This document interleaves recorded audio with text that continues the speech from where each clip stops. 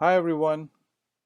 I want to start by thanking the committee for selecting my abstract for an oral presentation. I also want to thank Federica Ressa for coordinating this meeting. Today I'll be talking about one of my ongoing projects at the Department of Surgery in University of Miami. The title of my presentation is Gut Microbial Regulation of Anxiety-like Disorder in a Murine Model of HIV-1 and Opioid Abuse. Anxiety disorders have been reported to be as high as 50% in HIV-infected individuals. Anxiety disorders often coexist with major depression in HIV patients. In fact, those who suffer from anxiety are 50% more likely to suffer from a major depressive episode. Moreover, the prevalence of anxiety and depression may be greater in those who are substance abusers.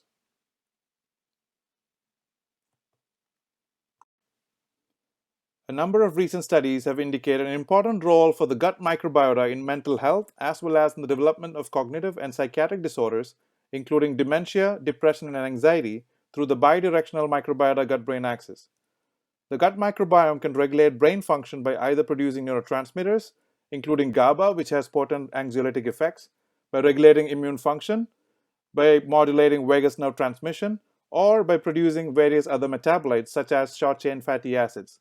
In a recent study by Bravo et al., Lactobacillus rhamnosus treatment was shown to alleviate stress-induced anxiety behavior in mice. And these effects of Lactobacillus rhamnosus was dependent on vagal afferent transmission. We recently observed a significant change in the gut bacterial communities in mice following 24 hours of morphine treatment, and this was associated with a significant depletion of Lactobacillus bacteria. As you can see, the big blue bars in the control groups, which represents Lactobacillus, are almost completely wiped out in the morphine group. We also observed that the morphine-induced gut bacterial dysbiosis was more severe in the context of HIV infection. In BLT humanized mice, HIV and morphine independently and additively induce gut dysbiosis, as shown in the graph on the right-hand side. In addition, we observed a distinct bacterial clustering in HIV plus morphine group compared to HIV or morphine alone. Similar findings were also observed both in opioid-abusing HIV patients and in SIV-infected monkeys chronically treated with morphine. In BLT mice, the morphine plus HIV-induced gut dysbiosis was also associated with gut epithelial barrier disruption, translocation of gut bacteria into the peripheral organs like liver, and induction of systemic inflammation. Since recent studies showed that anxiety and depression in HIV patients is associated with elevated plasma immune activation, we hypothesized that HIV and opioid-induced gut epithelial barrier disruption can contribute to systemic inflammation and development of anxiety and depression, especially in opiate-abusing HIV patients. To test this hypothesis, we used the HIV Tg26 mouse model, which expresses 7 out of 9 proviral genes. This mouse model has been suggested to partially mimic conditions of the virally suppressed HIV patients on ART, since it expresses HIV viral proteins in the absence of viral replication. In addition, recently we established Tg26 mouse as a suitable model to study HIV-associated cognitive impairments. In this study, we identified sex-dependent impairments in hippocampal-dependent contextual fear memory only in male Tg26 mice but not in females. The memory impairment in this mouse model was associated with an increase in glycogen synthase kinase 3, a serine threonine kinase enzyme. We also identified impairments in hippocampal synaptic transmission and molecular deficits including reduced glutamate receptor activation, reduced BDNF levels, reduced synapsin levels in this mouse model, which were all dependent on GSK3.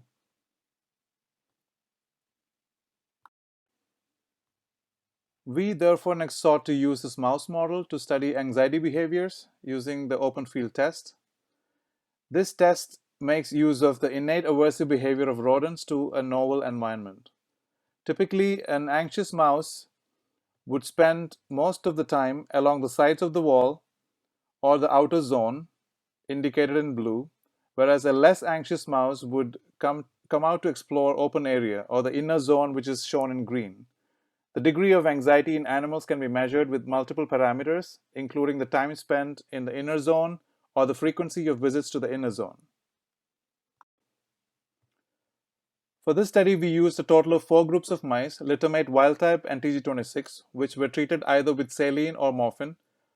On the right-hand side is a representative heat map of 1 mouse per genotype following saline or morphine treatment. As you can see, morphine-treated Tg26 mouse, which is the bottom right image, showed very little time in the inner zone compared to all other groups. This is indicative of anxiety behavior in Tg26 mouse following morphine treatment. Upon quantifying anxiety behaviors in a group of 8 to 10 mice per group, that is the time spent in inner zone and the frequency of visits made to the inner zone, we observed that the Tg26 mice displayed anxiety-like behavior, which was further potentiated by morphine treatment. Additionally, we observed that morphine treatment in Tg26 mice induced freezing behavior and reduced locomotor activity. These effects were not observed in wild-type mice after morphine treatment. These findings suggest that the Tg26 mouse is a suitable model to study HIV and opioid-induced anxiety behavior. Ongoing studies will use this mouse model to develop symbiotic approaches to alleviate anxiety-like behavior. In addition, we are currently doing a multi-omic analysis to identify novel pathways associated with anxiety disorders in this mouse model. Finally, we will test the anxiolytic effects of engineered bacteria in this mouse model. With that, I come to the most important slide of this presentation. I want to thank Dr. Sabita Roy for all the support and guidance. All my wonderful colleagues at Roy Lab, both present and past members. My collaborators at University of Minnesota, University of Miami, especially Eleanor, Colleen, Titus, and Michael. Funding agencies NIDA and Miami CFAR. Thank you all for listening, and I will take any questions.